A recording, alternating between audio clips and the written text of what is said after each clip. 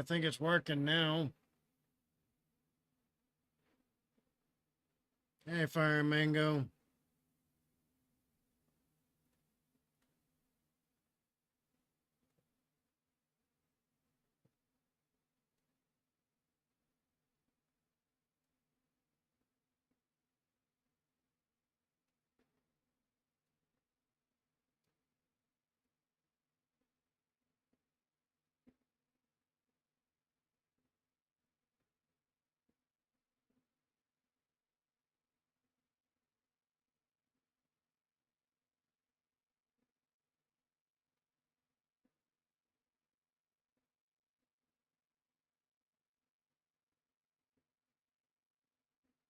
Everything's kind of slow. I don't know why. I can't figure it out.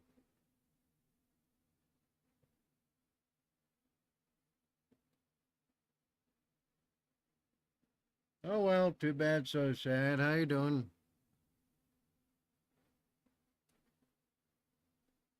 Green screen is kind of uncanny. I haven't used it in a long time. About a year plus or so.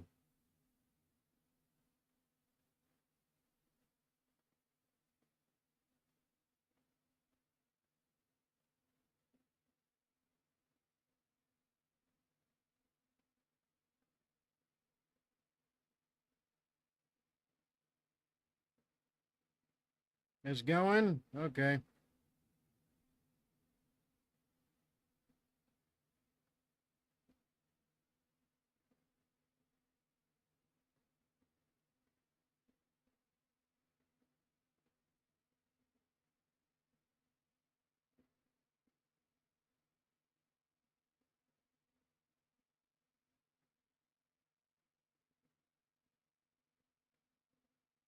I'm debating going to the doctor, so I'm going to see if it's better by tomorrow or not. I won't get into any specifics.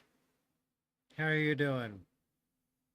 Well, now I have a sinking suspicion you might possibly be suffering from some kind of organ problems.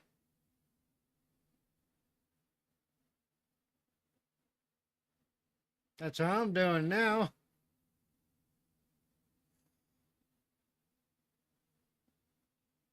Some kind of internal trouble is what it sounds like for you.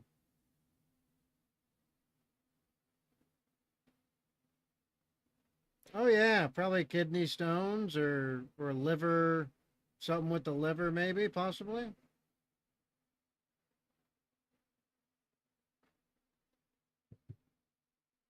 That's why you gotta be ultra active if you're gonna do a lot of different shit.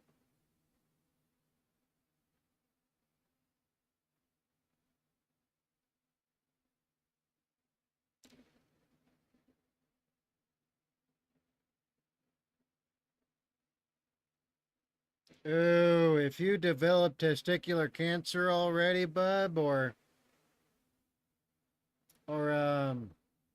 what's the other one? There's testicular, and then there's another one. Yeah, you don't want to screw around with that. At least get an X-ray. You don't have to pay them. They're required by law to treat you.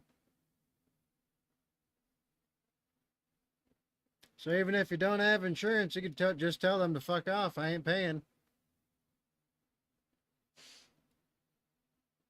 Sure, you'll be in debt, but at least you'll know what's happening.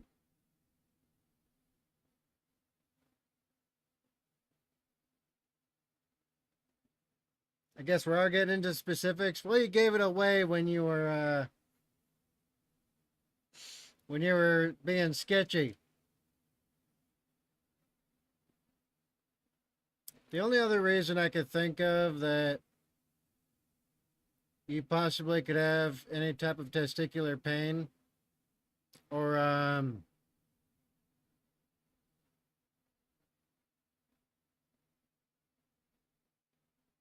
or anything else would be some kind of impact or You know, because sometimes there's light impacts that will cause internal bruising.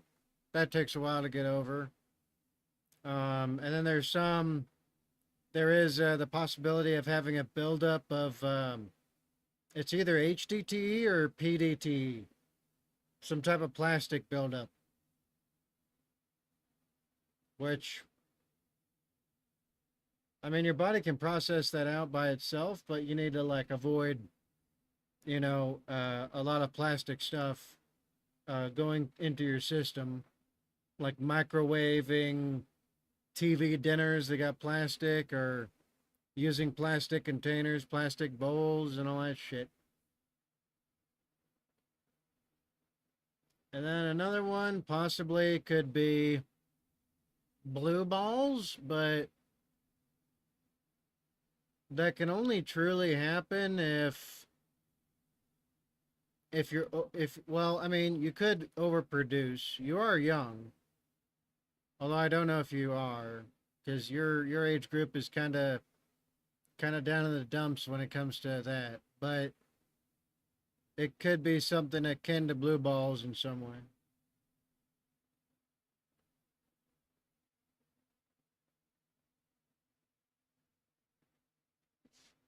If it does, I'll go in. I was thinking it was my fat cat and his 30 pounds of weight plopping down on me earlier in Christmas.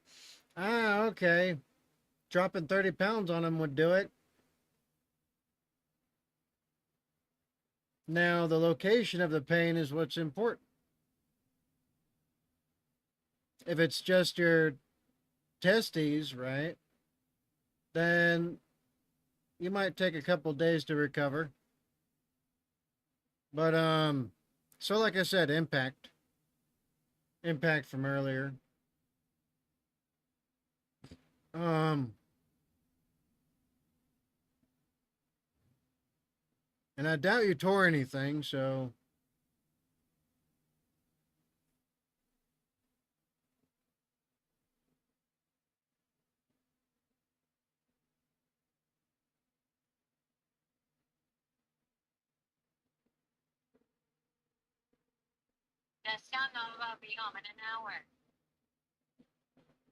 oh, he's asleep. Okay, bye.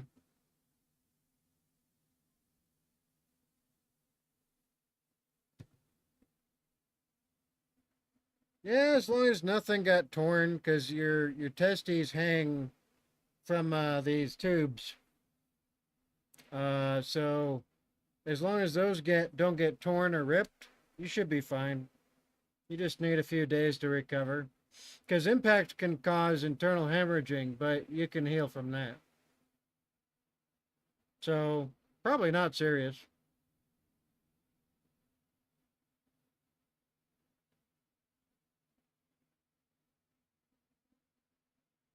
So, yeah, just painful.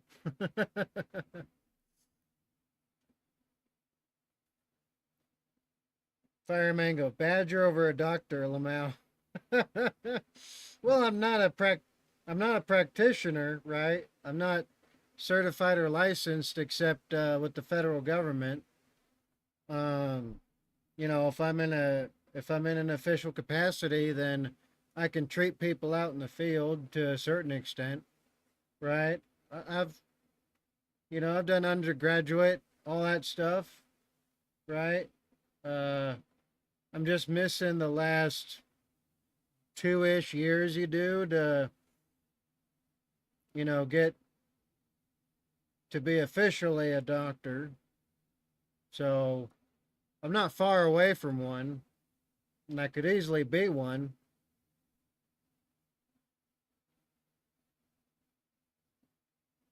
But no, I can't say I'm a doctor.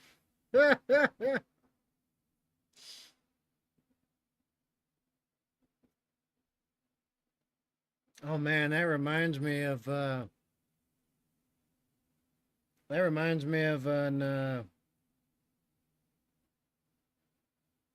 we had an Afghan guy who got basically shot like through the ball sack. That wasn't fun to help him with. That wasn't fun at all. He got super lucky though, because the round passed clean through the bottom part, and it didn't. It caused some damage, but we were able to stitch it back together.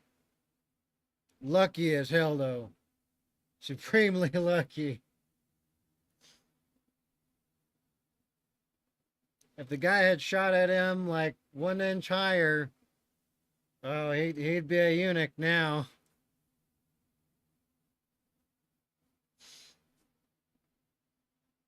But lucky for him, we were there.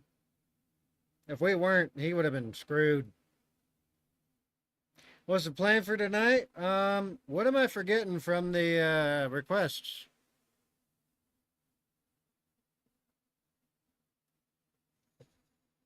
Hmm.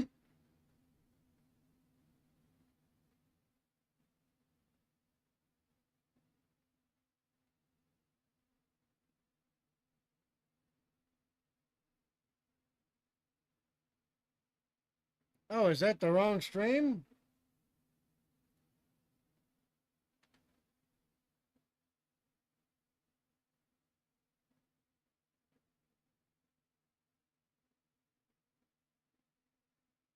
Oh shit! I think that was the wrong stream. Whoops.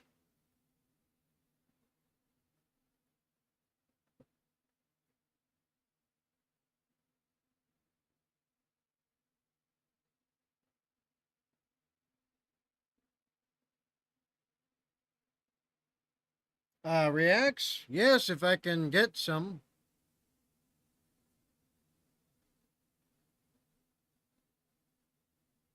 I just noticed someone is doing some special sauce.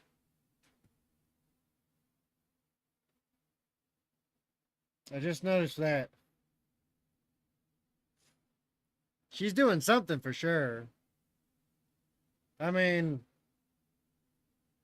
gotta do what you gotta do, really.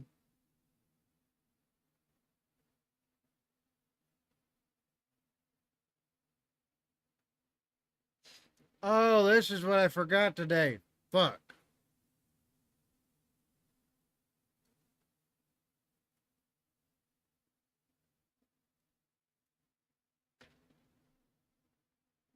Gotta put that in the front.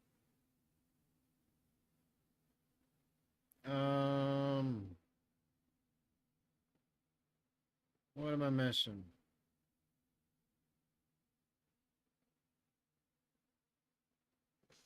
Did I do this one live?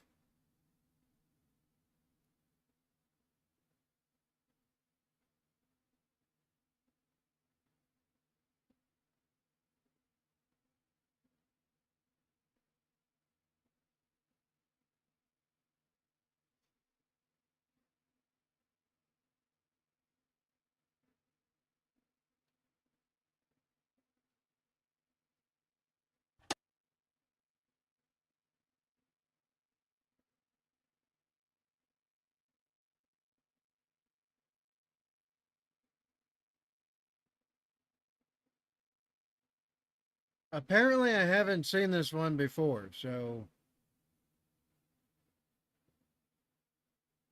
should be interesting. I'm just exhausted though.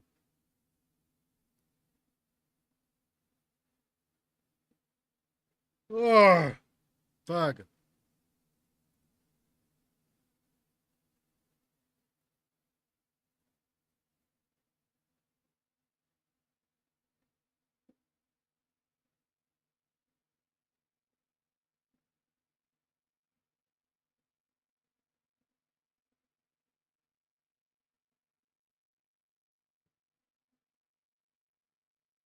You think I made it a video? Let me see. If so, I don't remember it.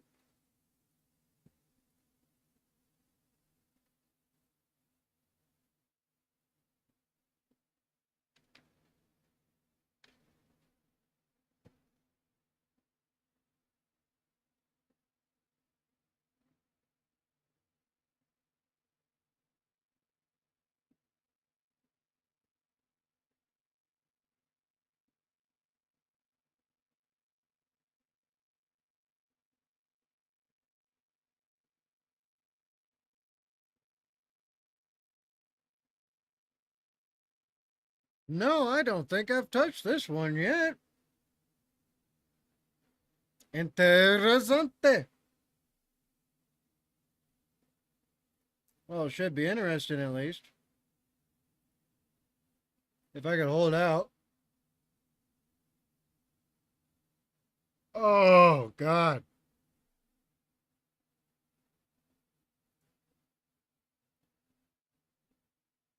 I'm goddamn exhausted. I am flagging fast. I went on a short run with my son, and I had him on my shoulders. Barely made it to 5 miles. And that was a couple hours ago. It's a lot tougher when all the weight's up here and not directly attached to their back. But yeah, I'm tired, dude.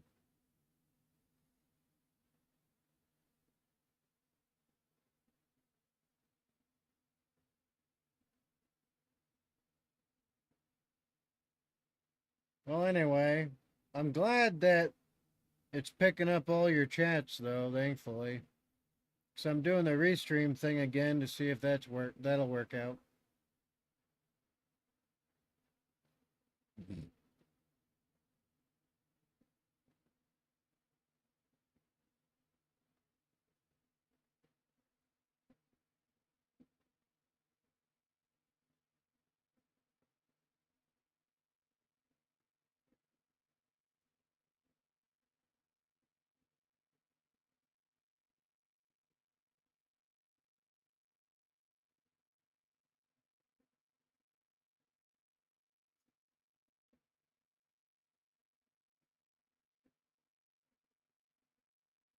Let's see what this sounds like.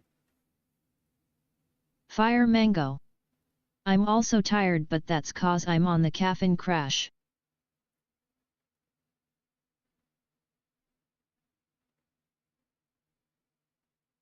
Oh, it's not working, it looks like. Fire Mango. Oh, there we go. Waiting for another hour or two to get my next one down. Well, you shouldn't be drinking those, period.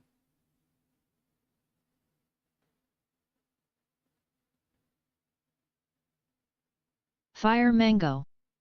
Let's fucking go TDS back.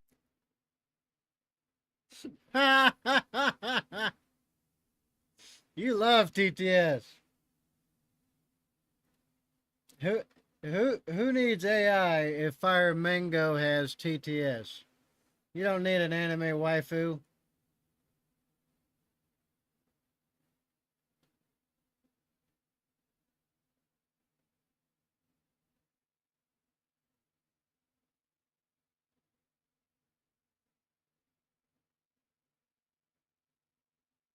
It only gives me 3 options for TTS, though. It gives me French, Spanish, or American. Fire Mango. Me at the ripe old age of 30 getting my promised heart attack. I lived a good life. Oh, yeah?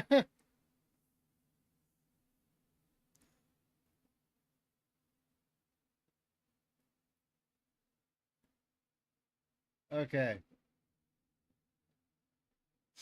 All right. So,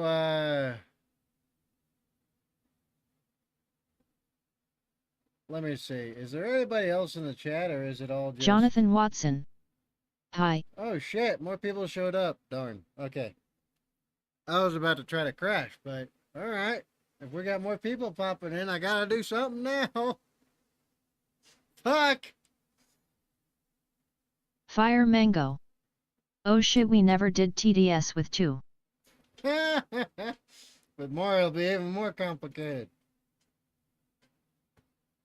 All right. Jonathan Watson. If you want to crash, go ahead. Well, you already showed up, so...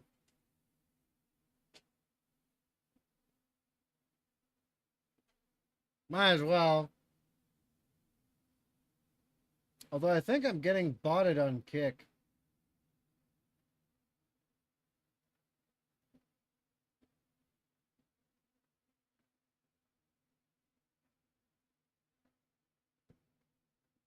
Yeah, it looks like I'm getting botted on Kick. Oh well.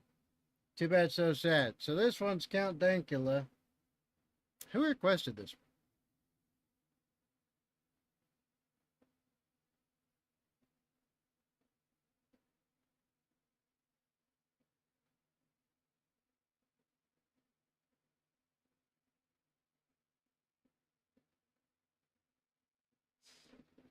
Commander Wolf. That's who requested it.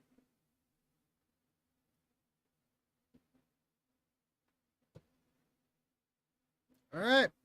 Let's check it out. Wait, I should add Count Dankula into the channel stuff.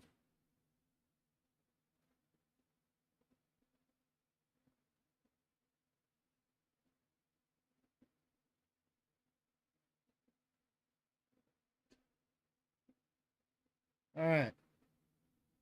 All right, that should be good enough. All right, so from Count Dankula, absolute mad lads, the family. As someone who's been in a couple of cults, I know a thing or two about this. Y'all ready? I'm not. Let's go. It's Count Dankula, so I know I'll like it.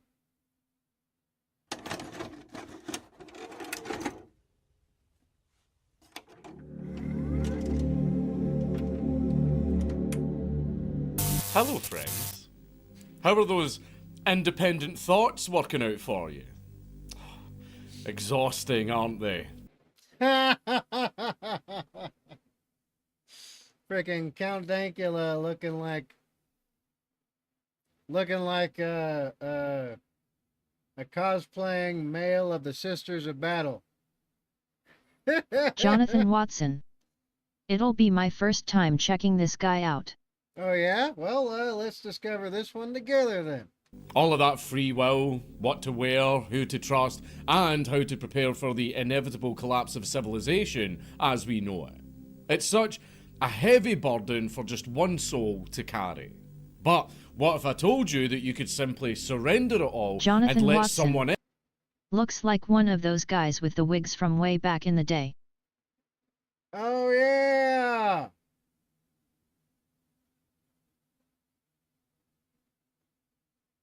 Yeah, that too, but it doesn't have the because you're talking about one of the powdered wigs from back in the day, right? When everybody had to hide their syphilis.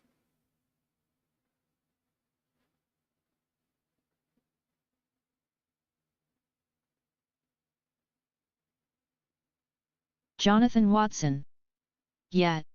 Okay, I know what you're talking. The powdered wigs and stuff. Yeah, yeah, I know what you're talking about. Yeah, no, it's lacking a lot actually. It's lacking a huge amount when it comes to that. But I mean, I see the resemblance. Now, what I'm talking about is I'm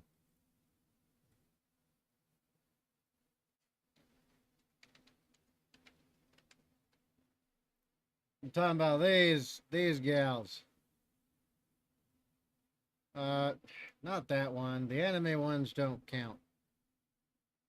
Yeah, one of these ones. Yeah, look at that. Look at that gal.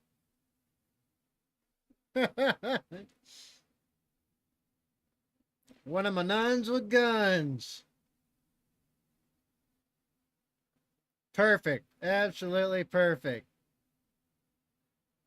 She got the oversized weapon with a banana clip and everything. A banana magazine. She got a power sword with smoke coming out of it, like she's got it revved up and ready to chop somebody. Jonathan Watson. Yeah, that looks more accurate. Yeah. Sisters of Battle.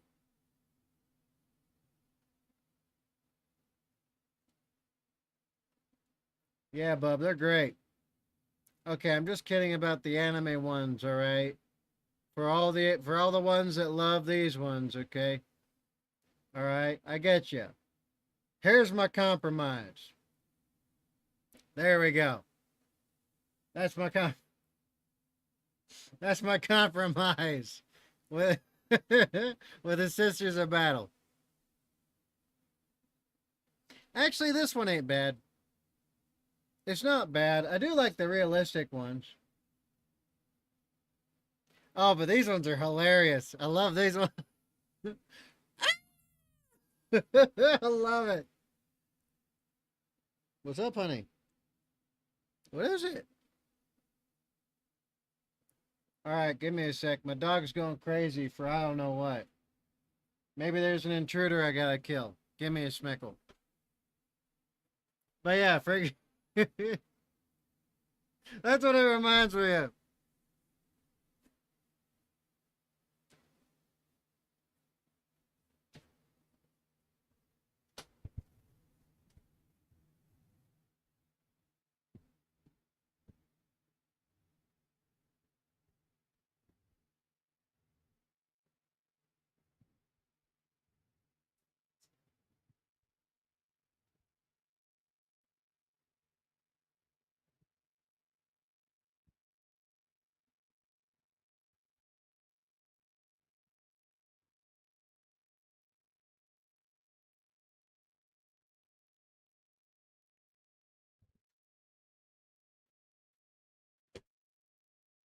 All right, I've returned.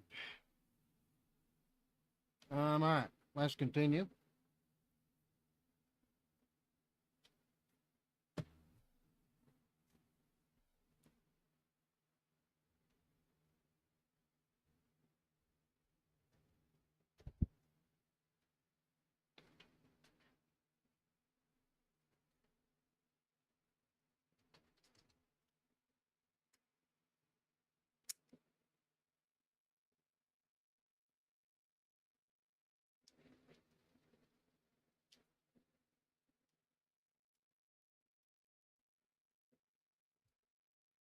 Just making sure I got the steel nearby.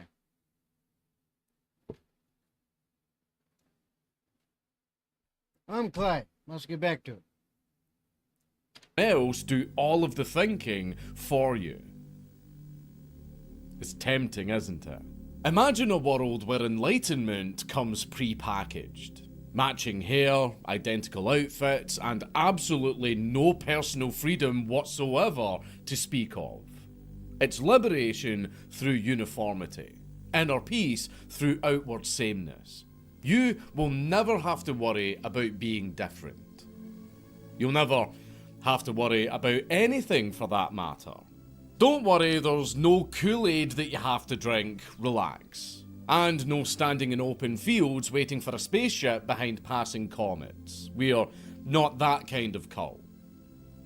Yet.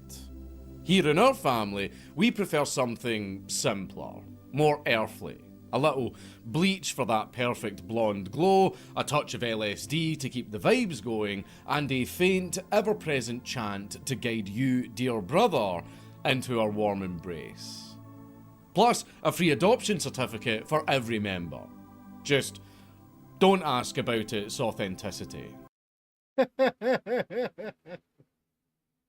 See, I'm a cult member too.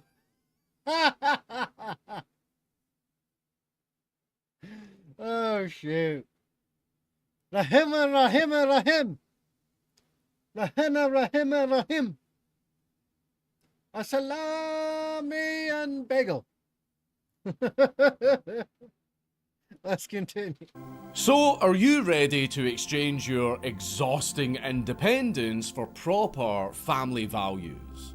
Matching tunics, flawless blonde hair, and eternal enlightenment laced with just the faintest touch of recreational chemistry. So, come and join us, brother. We're all one big happy family. Blessings of the Prophet upon you. Sounds like a lot of parallels, doesn't it? Sounds like a lot of parallels to me.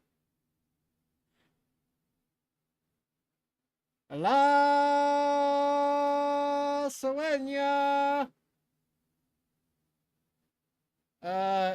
Baboons. Samoa. Let's continue. This is great. I love this. Dink is killing me with the intro. I swear to God. He does it so well.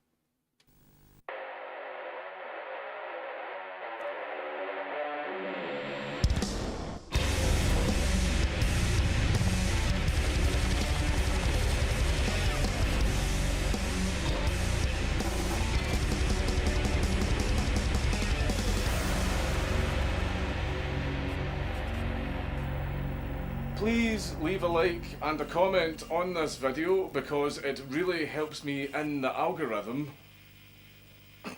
Ahoy! Chatreze!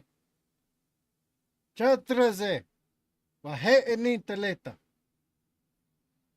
Rahim. Well, anyway. Oi mateys. Today we be taken to the Seven Seas to seek complete domination with a huge fleet of history's most iconic warships on both PC and console. And in World of Warships, these ships be fitted out in all their glory, built from scratch over a period of 6 months, including extensive testing and using real historical documents and blueprints from the early 20th century to ensure maximum accuracy and the best graphics possible. Plenty of your favourites, whether they be destroyers, cruisers, battleships, carriers, and even submarines.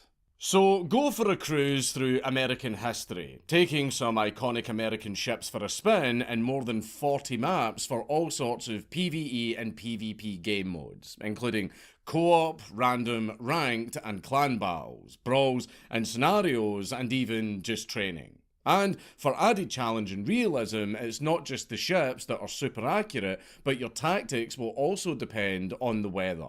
World of Warships has built the perfect arena for putting these classic beauties through their paces and showing off what made them so important. It is completely free to play on PC, and if you want to set sail with me and a large active community full of competing clans, then you can click the link in the description box down below to install World of Warships and use the invite code STEPUP. And World of Warships will get you started on your voyage with exclusive rewards, including 7 days of premium account time, 1 million credits, 500 doubloons, and a Stars and Stripes skin to decorate the USS. I came across your channel and noticed your content is really engaging. Are you currently promoting your channel or trying to grow your followers and views? I'm a professional channel promoter and I help streamers like you gain real followers, live viewers, and chatters. To reach verified or partner status, contact me on Discord, TunixD19.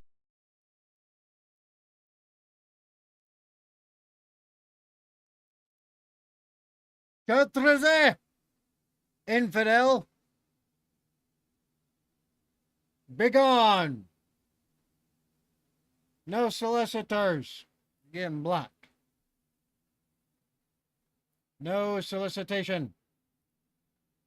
I refuse.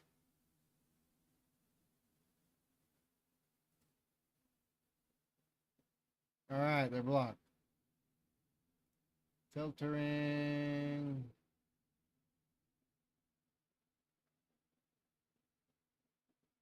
Yeah, cool. They're blocked now. Awesome. No solicitors. Or declared heretics. Anyway, that being said, let's continue. There's Count Dankula's all of his stuff right here. Albany and the USS Smith. Evelyn Grace Victoria Edwards was born in Sale, Victoria on December the 30th, 1921. At least, that's what her birth name was before all of the bleach and enlightenment kicked in and transformed her into Anne Hamilton Byrne. She took her first breath in good old dusty Australia. A place where spiders are the size of fucking cars and you need to check your shoes for slithering bioweapons. Hardly a good birthing place for a future cult leader, but hey, Australia's full of surprises like that. I know it's not that dangerous to humans, but the freaking huntsman spider? Jonathan Watson. Spiders the size of cars checks out. The huntsman spider?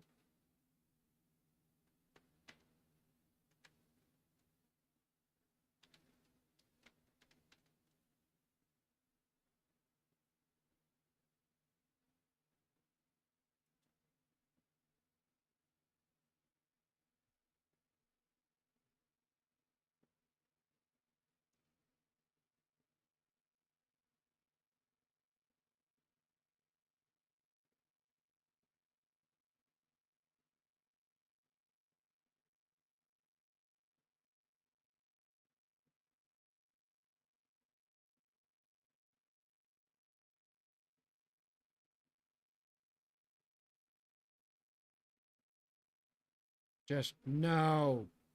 Just no. Absolutely not. I've only been to Australia a couple of times. And that Jonathan was... Watson. Australian funnel spider 2. Oh yeah, I forgot about those.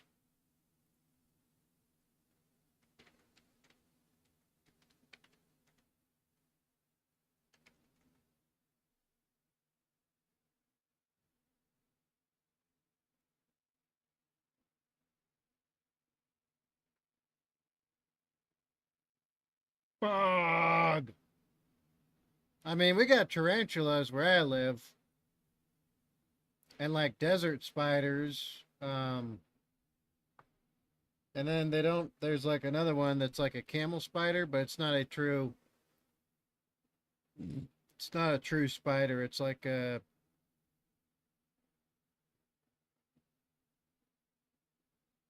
shoot, I forget what it's called. But yeah, fucking no. Just no. I was so happy the 2 times I went to Australia, I didn't encounter this shit. But I did get kicked by a kangaroo as soon as I hit the ground. That wasn't fun. I thought that would be a rarity. And then I land somewhere in the middle of bumfuck nowhere. And I guess they saw me from miles away or something because they just came over Jonathan and boink. Watson. Australian bird-eating spider 2. Jonathan Oh yeah, Watson. that's right. Those things are massive.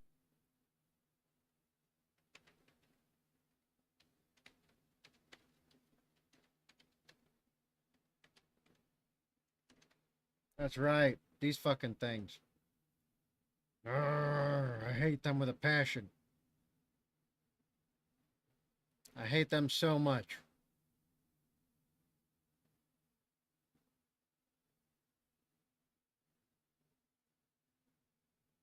I mean, look at that goddamn thing.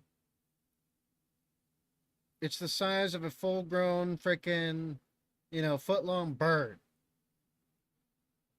Ah, I hate them. I hate them so much. That's another freaky one. That's another type of bird-eating spider. Just no. Just no. Absolutely not. I hate them so much. They're so damn terrifying. You want to find an alien? They're Jonathan here. Watson. That thing would eat your cat or chihuahua. Yeah, absolutely so. What about the Goliath spider?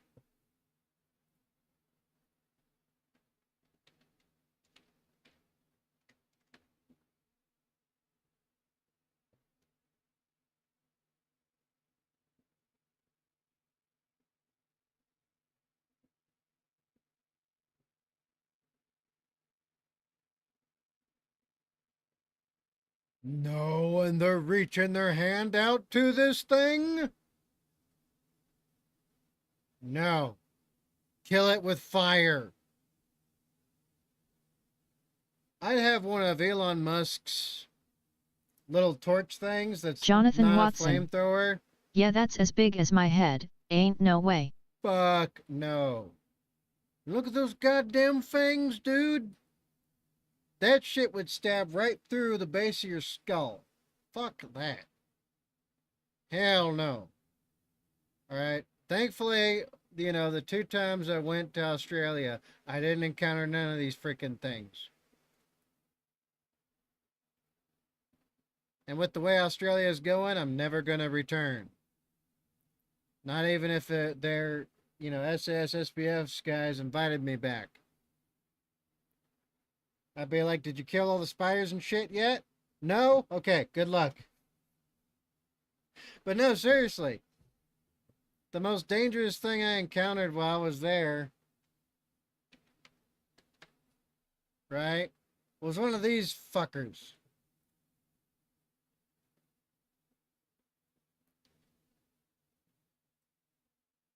So yeah, we did. CMNDR Wolf.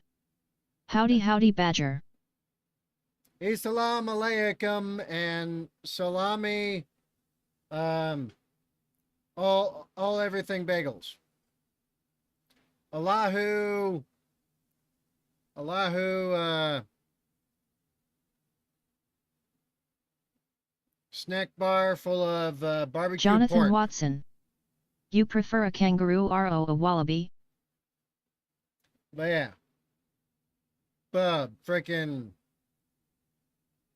So we did an airborne exercise in Australia. This is a couple decades ago now. And Bub, when I landed, a few of these assholes showed up.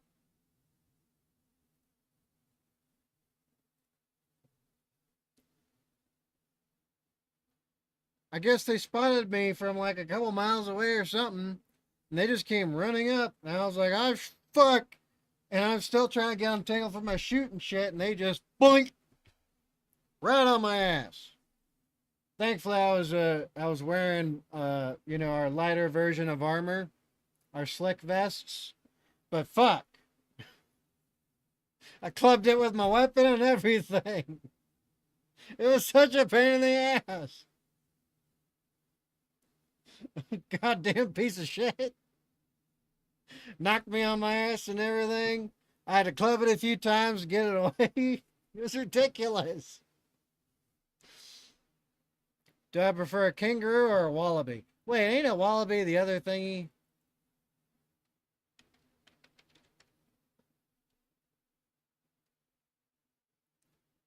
Yeah, I'd rather have gotten attacked by this thing than a freaking kangaroo. The damn things were huge. Ginorgamous. And they knocked me on my ass. All I was trying to do was Jonathan get Watson. away. There's lots of They're videos of kangaroos They're attacking assholes, people. I swear to God. Anyway. But yeah. And what's up, Commander Wolf? We're doing a quick video. Islam, peace, and barbecued pork snacks.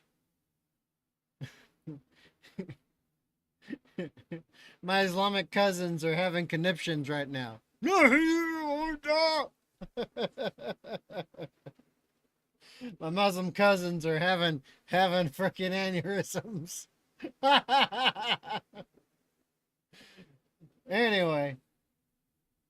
Yeah, there's tons of them that attack people. Freaking dog. Okay, give me a sec. I gotta find Layla right quick.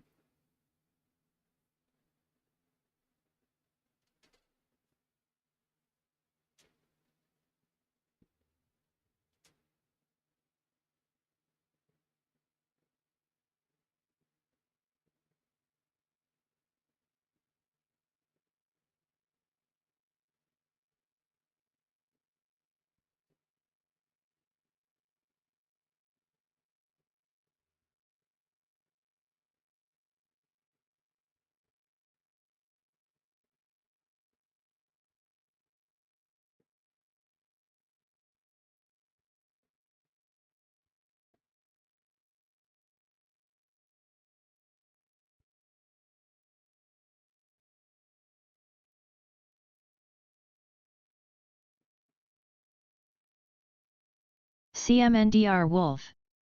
Latest HD2 trailer hit the ODST feels at the end of VID. Fuckers knew what they were doing.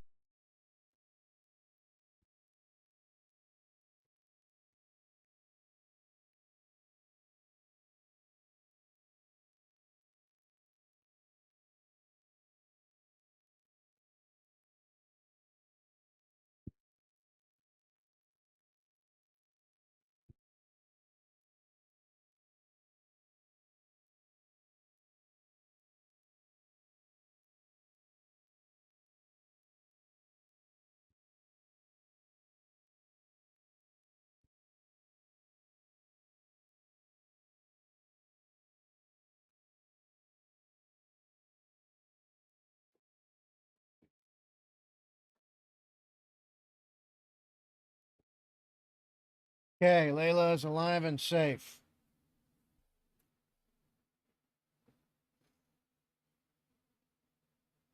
Alright, we got a thunderstorm though, so if I suddenly get cut off, you know why.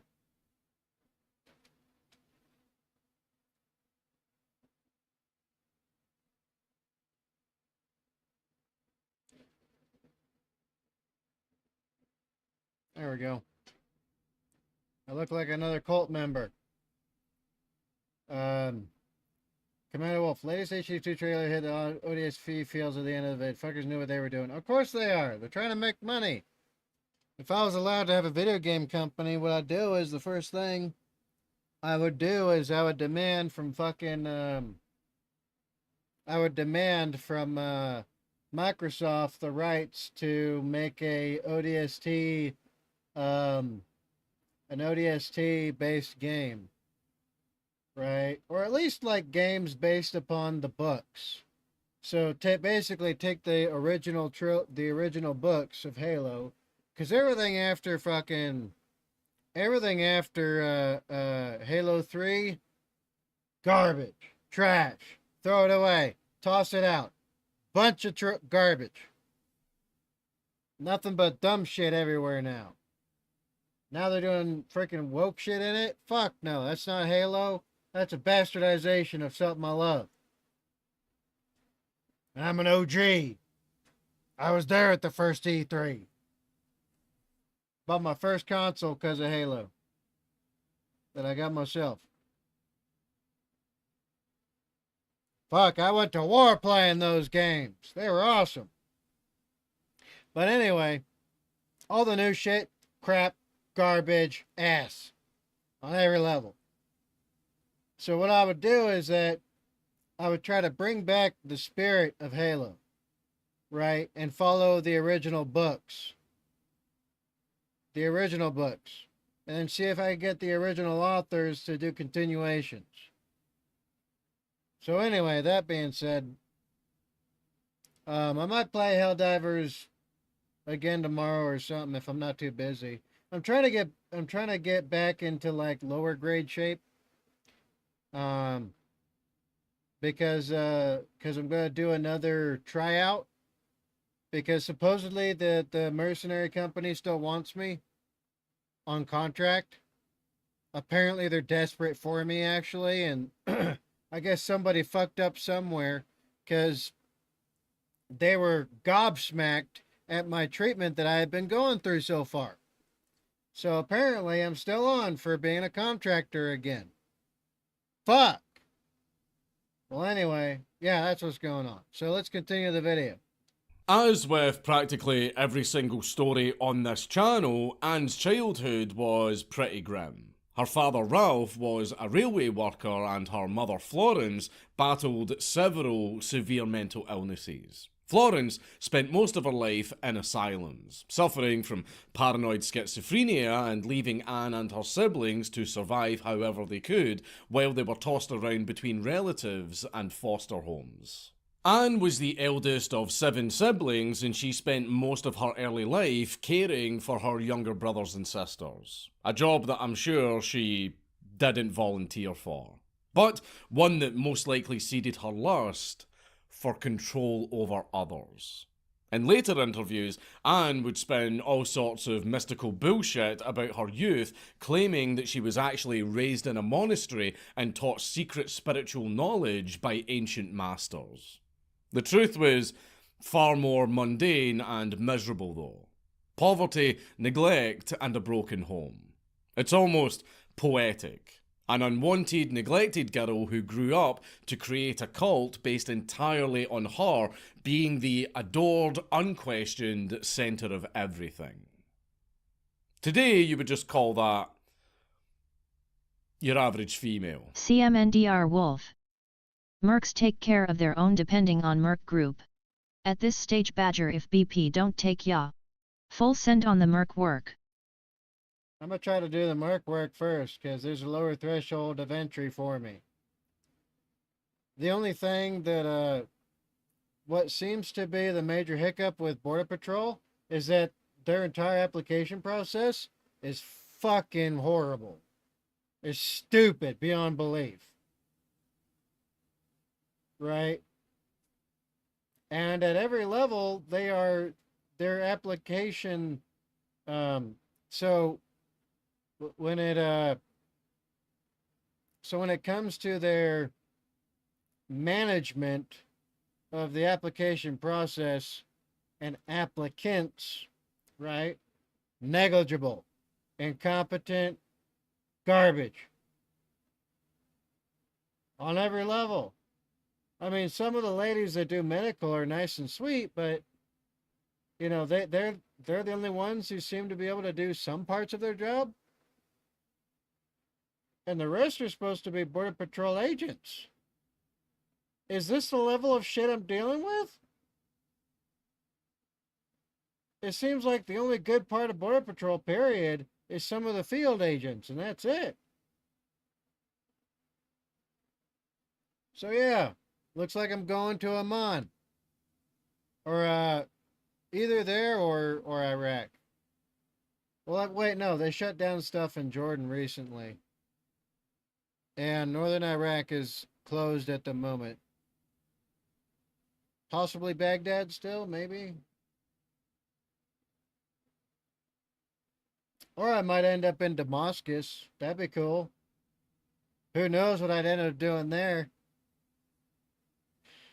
A certain somebody that we used to chase around back when he was an ISIS an ISIL, bastard. Seems like CMNDR Wolf. With YouTube's BS going live tomorrow, who knows? Oh yeah, that's true. Yeah, that's true. We'll see. We'll see. But yeah, no, but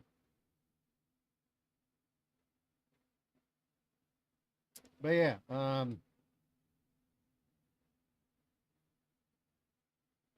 there's someone who is in Damascus right now who's very important, who needs to be removed from existence.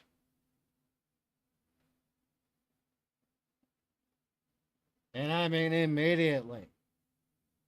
They're an evil, sick bastard.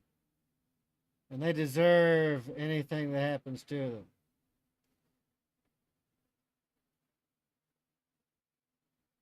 them. For that one, I would literally say, Allah Hu Akbar. Right? For that one, I'd say it. Deus lo volt. Anyway, let's continue the video. But yeah, we'll see what happens with the YouTube tomorrow. It's worth mentioning that some of that twisted spiritual curiosity CMNDR came from her mother, Wolf. Flora. You hear about the prince that went to Christian? Oh, he's one of the Saudi princes, isn't he? Or is it the Kuwaiti one? It's either Kuwait or a Saudi. It's one of the two. But yeah, now he's an apostate. So he'll be lucky if he lives at all. They don't tolerate apostates in Islam. In the cult of Islam, you only leave through death. That's it. That's why a lot of people that turned on them that are public are always traveling, always moving, always going places, and quite frequently disappearing. Islam cannot tolerate apostates, it cannot tolerate apostates because if too many people find out you can just leave the faith, then they start to lose their power, right? Because if it becomes a trend, well, too many people would be so happy to switch from Islam to anything else. So yeah, it doesn't surprise me. Hell, half my family are technically apostates. Right? But that's of all religions, honestly. So we got Hebrew apostates, we got Islamic apostates, we got Christian apostates, Catholic apostates. A couple of them went Protestant for a short time, and then a few went Mormon and then left. My family's all sorts of funny when it comes to that shit. who was known to dabble in the occult and spiritual communication. None of that Ouija board and crystal ball bullshit, but straight up claiming to speak to the dead. Probably in between her bouts of severe mental illness. Schizophrenia, man. It's a hell of a condition. In 1941, Evelyn married a man named Lionel Harris. They had a child together named Judith, who I'll talk more about a bit later on. In 1955, tragedy struck when Lionel died in a car accident, a loss that Anne claimed sparked her spiritual awakening. She declared herself reborn and officially changed her name from Evelyn to Anne Hamilton. By the late 1950s, the exact date is unclear, but it's believed to be around 57 or 58, Anne's path to becoming a cult leader took shape in the form of yoga. You see, yoga back then in Australia wasn't the chill, stretchy shit that you all know today. It was foreign, exotic, and perfect for someone wanting to stand out. What was the name of the guy that they based upon a whole movie? Jonathan Watson. Yoga, WTF. Yeah. Yeah. Just like, what's his name? What was the name of that guy? His name was Frank something. Frank Dux. Anybody remember Frank Dux? That fucking charlatan.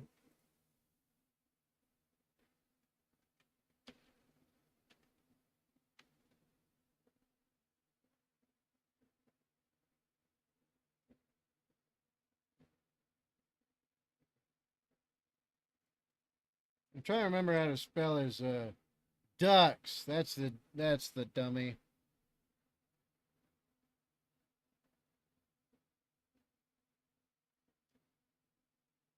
Anybody remember this charlatan? This pretender here? Frank Dux.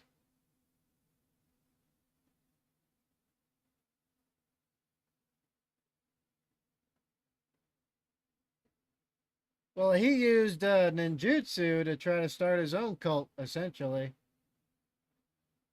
Right? A martial arts cult. That's what he tried to do. So yeah, people will use anything. CMNDR Wolf. We should do the Karate Dojo Wars one. Karate Dojo Wars? Oh yeah, I've heard about that one. But I haven't seen it yet. At some point, yeah. At some point. Jonathan Watson. Makes more sense than yoga anyway. Well, think CMNDR Wolf. Oh, that is the Dojo Wars dude. Yeah. You know, the Kumite, fucking Bloodsport. Good movie, but based upon nothing but lies. The dude didn't know shit. He didn't know shit. He couldn't fight for shit either. There's a few people that challenged him, and he just chickened out or got his butt whooped and pretended like it was an off day or something. It was ridiculous. Complete charlatan.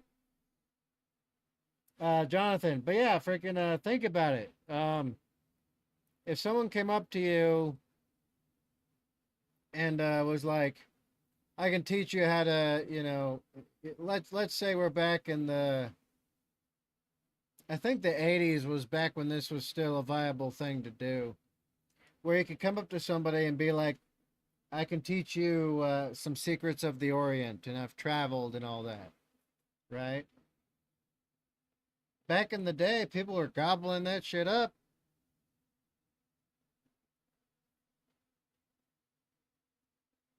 So yeah, like yoga combined with someone reading the Bhagavad Gita, right?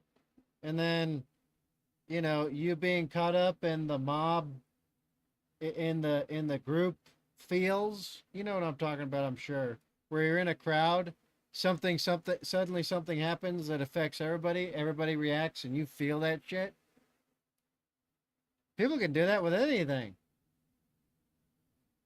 I'd done it pretending to freaking hear the voice of Allah, right, in Baghdad. You know, Jonathan Watson. Mortal Kombat practically a cult, like anybody would willingly fight to the death in a tournament without being in a cult. CMNDR Wolf. Mob mentality. mm-hmm. But actually, Jonathan Watson, there are real life underground death matches. I'm not joking. There are real life, like rich people paying for it and everything, death matches. The more tame version of that are the underground street fights. They still happen. They're just more rare because of international law enforcement, but they still occur. You know, there's plenty of really desperate kids out there who get groomed and trained up to be as good a fighter as possibly can be. They're taught how to kill someone at the age of 9, right? Given a blade, or they're forced to beat another kid to death or something. CMNDR Wolf. First rule if Fight Club. Don't talk about Fight Club. Well, thankfully this ain't Fight Club. But no, yeah, when it comes to all that stuff, it still happens. It most certainly Jonathan does. Watson. A pretty big reward would have to be on the line for it to make sense. Well, you're talking about. Have you ever seen $1 billion in your life?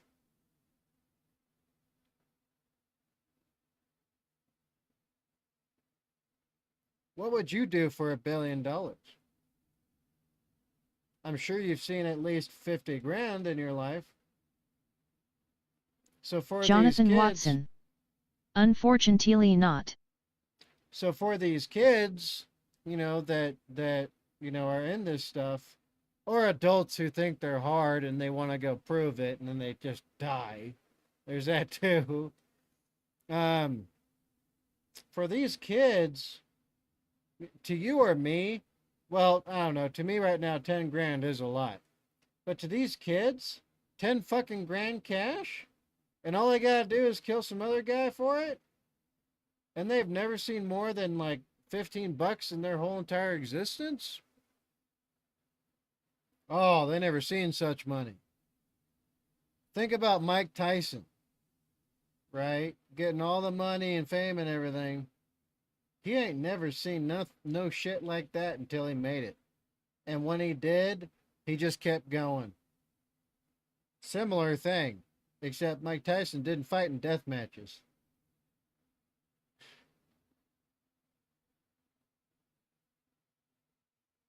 So yeah, like all that stuff's real.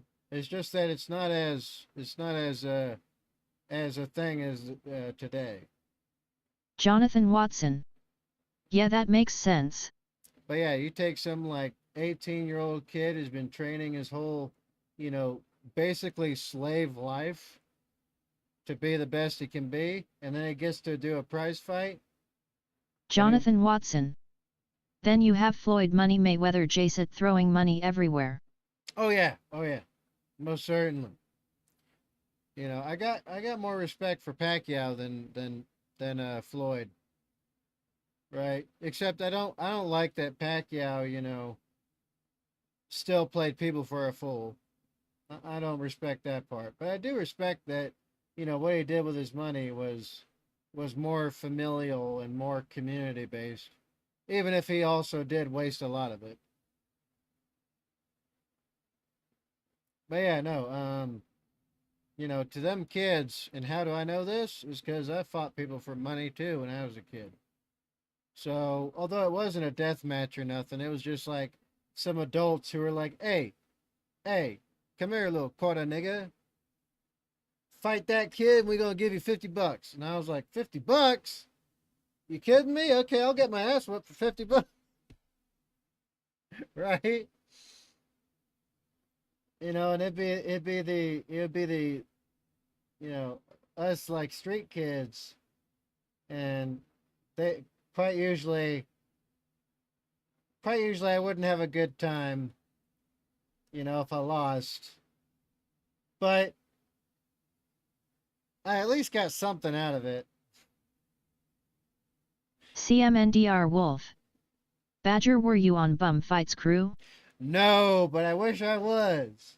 I wish I was. I'd be in a much better place right now. I'd be in a much better place. But no, it was just dumbass inner city ghetto kid shit. Like back in the day. This is way before, like. But anyway, no, you get the adults, like the pushers and movers and shit, right? And you'd be at the park and they'd be like, yo, you want to make some money? Because what they want to do is, get the resident idiot kid, which was me. I mean, I was kind of smart, but not that smart. Street smart's different from the smarts that these guys had. CMNDR Wolf. Look at me carbon dating myself remembering that stuff. But yeah. But yeah, no, they'd pay you $50 if you won. If you lost, they just left you there. That was it. That was it. And I was one of the only white kids, so it was, well, mixed kid, but I was considered white. And they just leave me there if I lost. I was quite usually alone, so as one of the few like white kids, you gotta learn how to fight. And you gotta learn how to survive fast. You're one of the only kids on that bus. Everybody wants to do something too. So you gotta get tough, and you gotta get either fast or more tough, essentially. Right? So yeah, it was dumb shit like that. But anyway, let's continue. I lost a lot more than I won. I remember that much. She opened her own yoga school, which was called the Santiniketan Park Association. Anne didn't just teach yoga. She was also selling herself. She crafted an image of grace and mysticism, like a guru in high heels and too much fucking hairspray.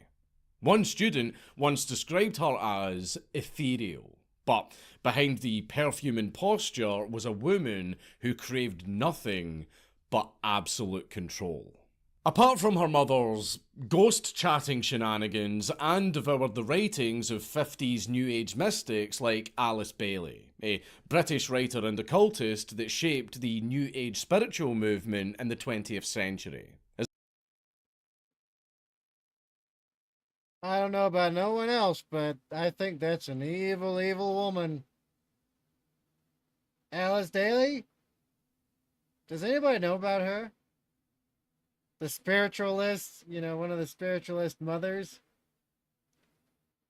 Oh. Jonathan Watson. Woman that craves absolute control. No, it can't be. You know what's funny is that nowadays a woman that's described like her, that's just your average Western female. That's not even a joke. Oh shit. Passports, young men. Passports.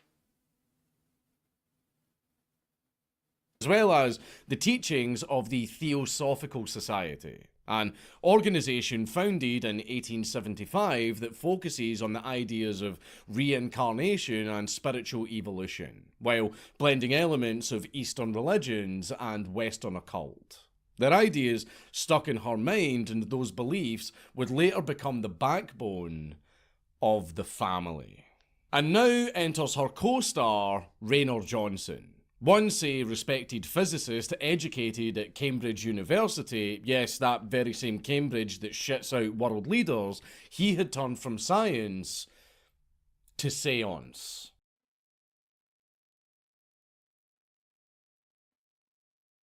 Oh, buddy. It all comes together. It all comes together. And it gets better.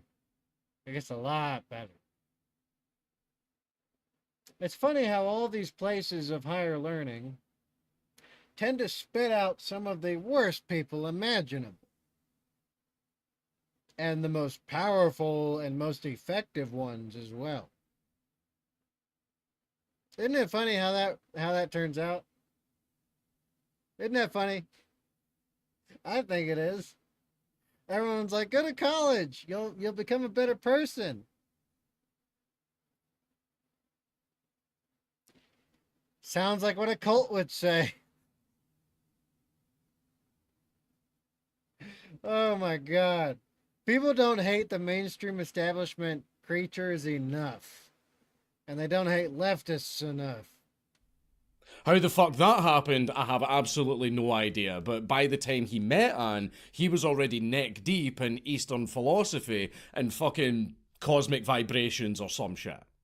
Rayner also ran Queen's College, a residential college affiliated with Melbourne University. It was like finding out your math teacher was selling shitty love potions and dream catchers out of the boot of his car in the school car park.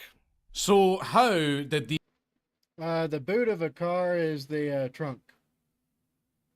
So where you like put the things. Or the back of the car, colloquially. But yeah, that's what they mean by boot.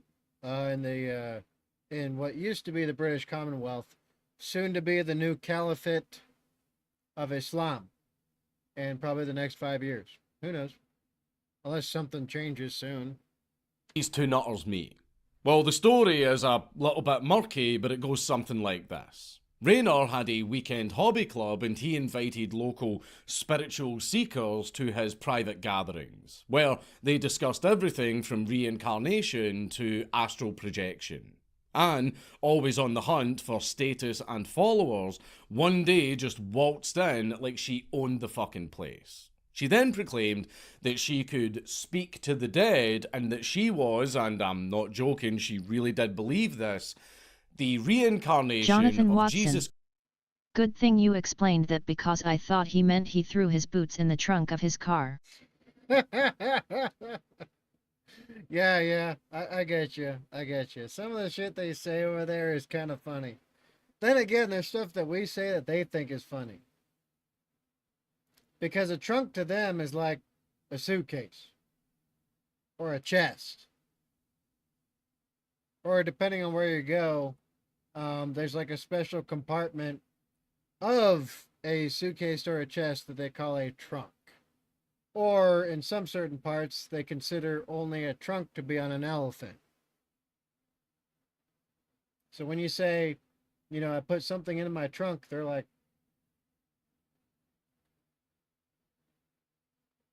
what you say, buddy? I'm being kind of facetious, but you get my point. Yeah, that's funny. You know what's even funnier? Is that the posh English accents we're all familiar with, British and all that, they changed their accent to be the opposite of ours in the USA.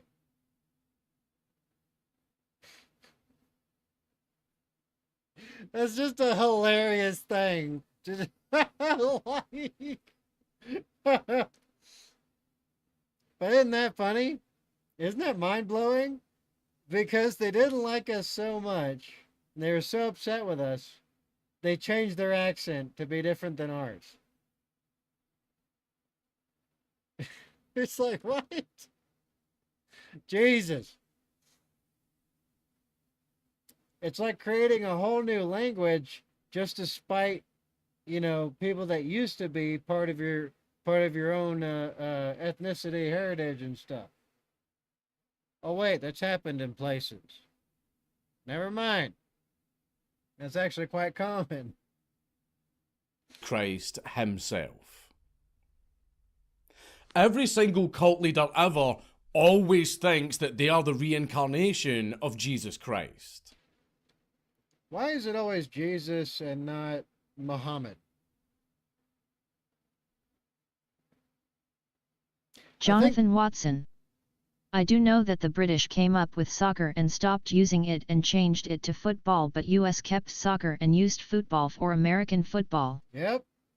Yep.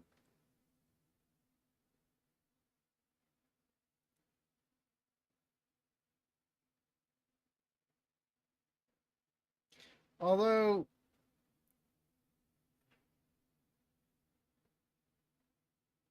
Jonathan Watson. British people always get mad at us for saying soccer even though they coined it. well, yeah, but it's kind of like anything with Europeans. They're not very fond of us stupid Americans. Oh man, Hitalia. Hitalia is a perfect example of this.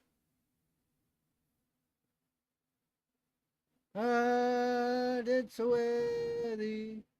Oh, yo subarashi sekai. Naga gutsure kanpai da Hitalia. It's such a good show. Italia, it's so good. It's so good. Germany, Germany, help me. Luxembourg kicked my ass and sent me back home. A pasta, a pasta.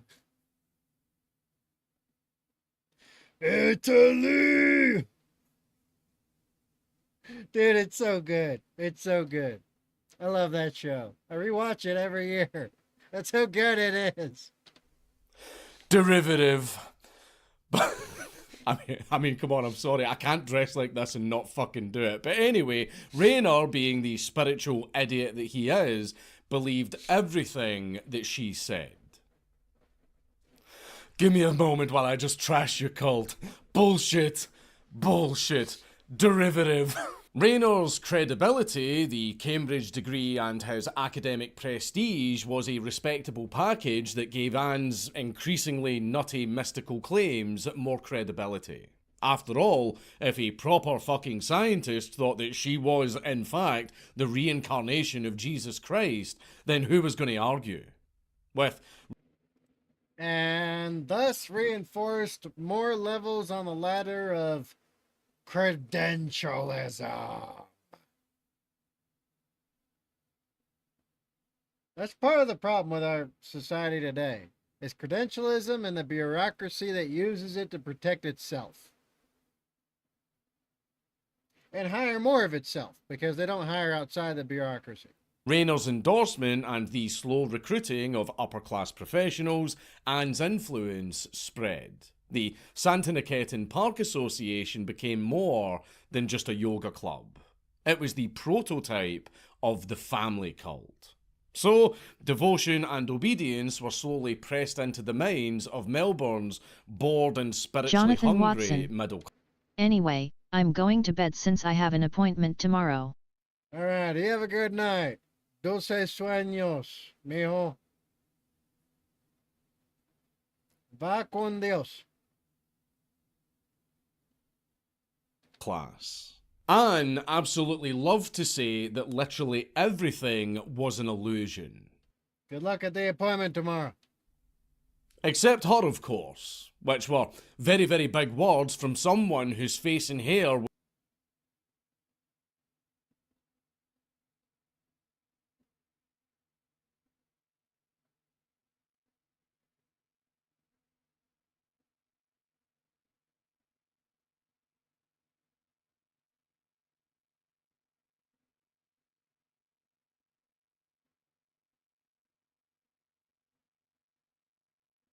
was 80% beauty products.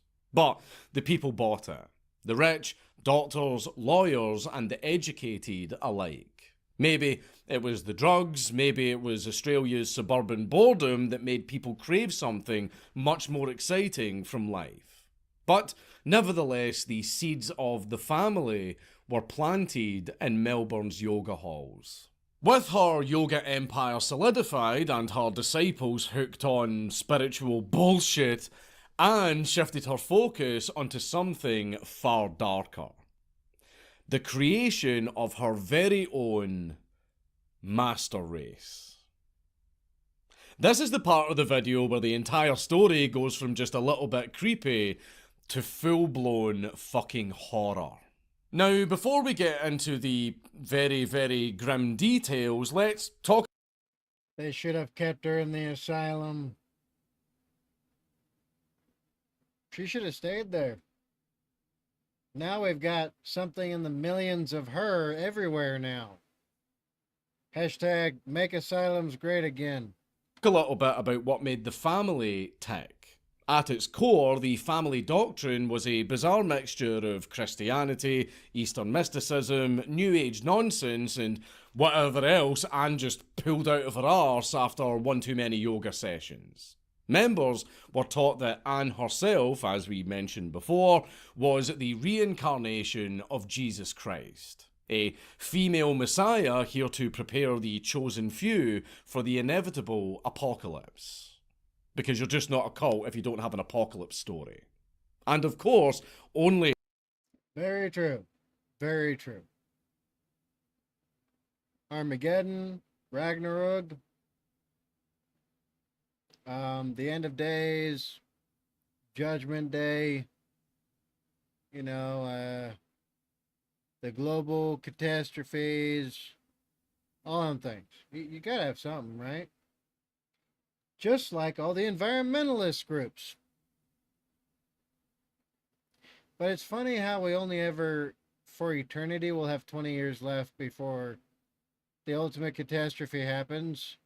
And then all the cults culminate into one big giant tree to save the planet and restore Mother Gaia. Totally. Greenpeace is 100% right. Her followers, the spiritually elite that she handpicked herself, would survive this apocalypse and rebuild the world into the perfect utopia. Of course, this utopia needed the perfect children to populate it. The cult became obsessed with the ideas of purity, control, and creating a master race of blonde, blue-eyed children who would one day inherit the new world. I did have blue contact lenses for this video, but they really, really fucking hurt, so fuck that. I'm not... Yeah. Don't wear contacts if you don't need them. They suck. They really do. They're not comfy. I've had to do level 4 disguises before.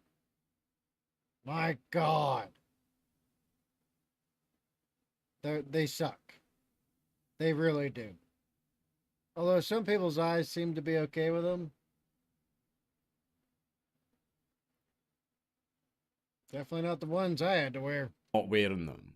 Now, there were cult members who were very happy to just have children that they would then offer up to the cult, which is extremely fucked up, but also a rather slow process that wasn't gaining the cult enough perfect children as fast as Anne would have liked. So they started submitting fraudulent paperwork to adoption agencies and orphanages.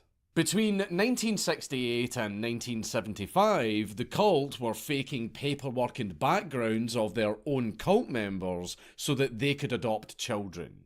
Then, after they got a child, they would immediately give the same couple whole new identities and new forged paperwork to do it all over again.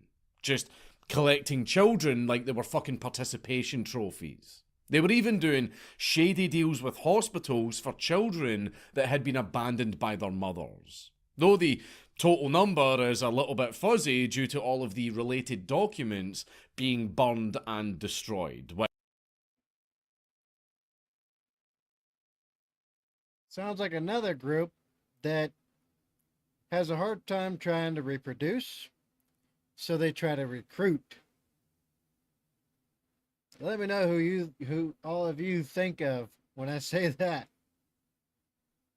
Oh shoot, if only it wasn't reality. Which we'll get into later. It was reported that there was likely around 28 of these unfortunate children snatched up and brought into the cult. Before all of this, Anne had been briefly married to one Michael Riley. a South African naval officer in the 1960s. A marriage that fizzled out fast, likely due to Riley not sharing Anne's grand vision of a matriarchal cult. After that, Anne found her most loyal accomplice, Bill Byrne. Bill wouldn't officially marry Anne until 1978. Guaranteed the guy was. You can guess the type. We got plenty of slurs for them now, and I enjoy them greatly. Simp, cuck, leftist male that ain't a man.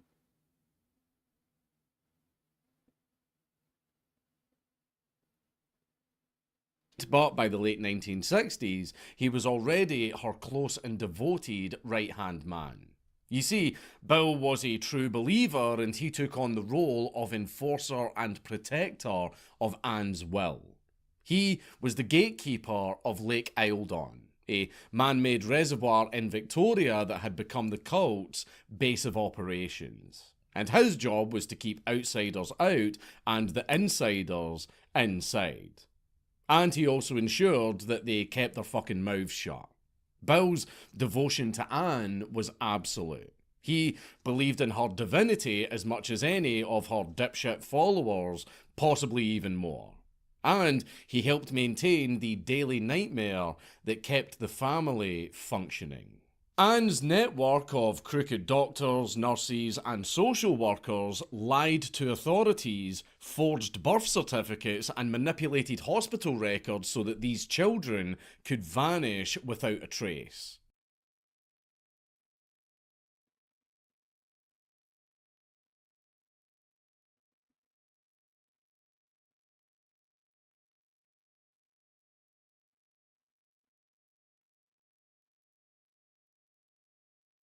Twisted, evil, demonic wannabe matriarch.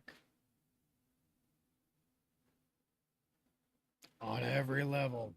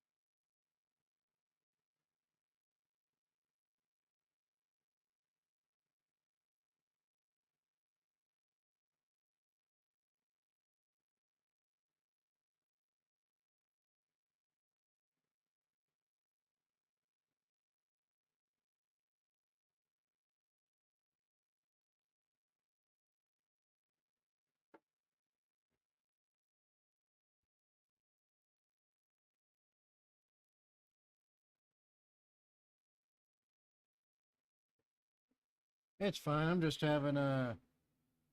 I just keep hearing screaming. When it didn't get picked up by the mic, I got suspicious. CMNDR Wolf.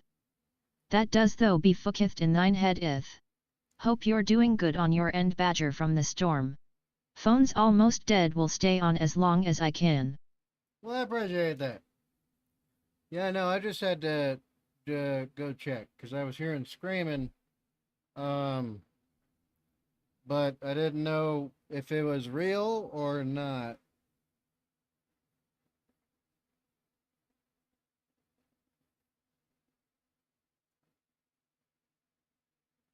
But yeah, freaking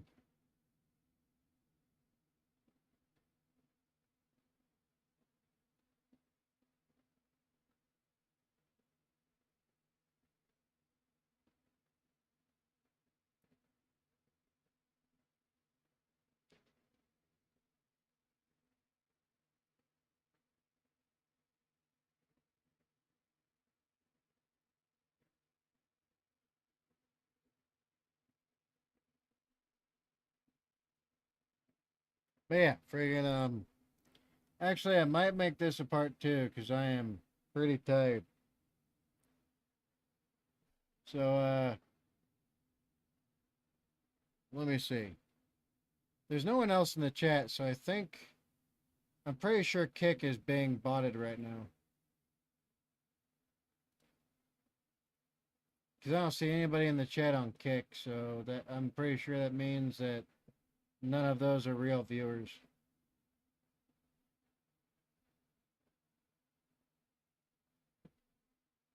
Yeah, they're bots. They're most likely bots. That being said,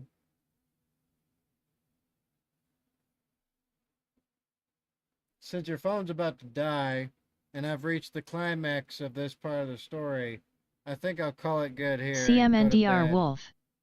Get some rest, Badger. But We yeah, can always do a part 2 or more. well, I appreciate it, Wolf. I'll see you then, of course. But yeah, no. CMNDR Wolf. 11%. Ah, fuck. Well, then I'm going to cut it off here. But that being said, thank you for joining me. I very much appreciate it. But yeah, let me know what y'all think in the comments. Discord, link in the description box down below. You want to send me requests directly, or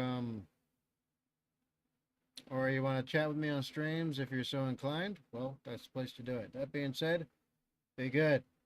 Be safe. Make good life for yourselves. Don't compromise safety and security for nobody and nothing. Death and disaster is only a second away. Do what you can a day. And I'll see you on the next one. I am Badger 7 Actual, the formerly homeless veteran, BlastCapBadger. Good night, y'all.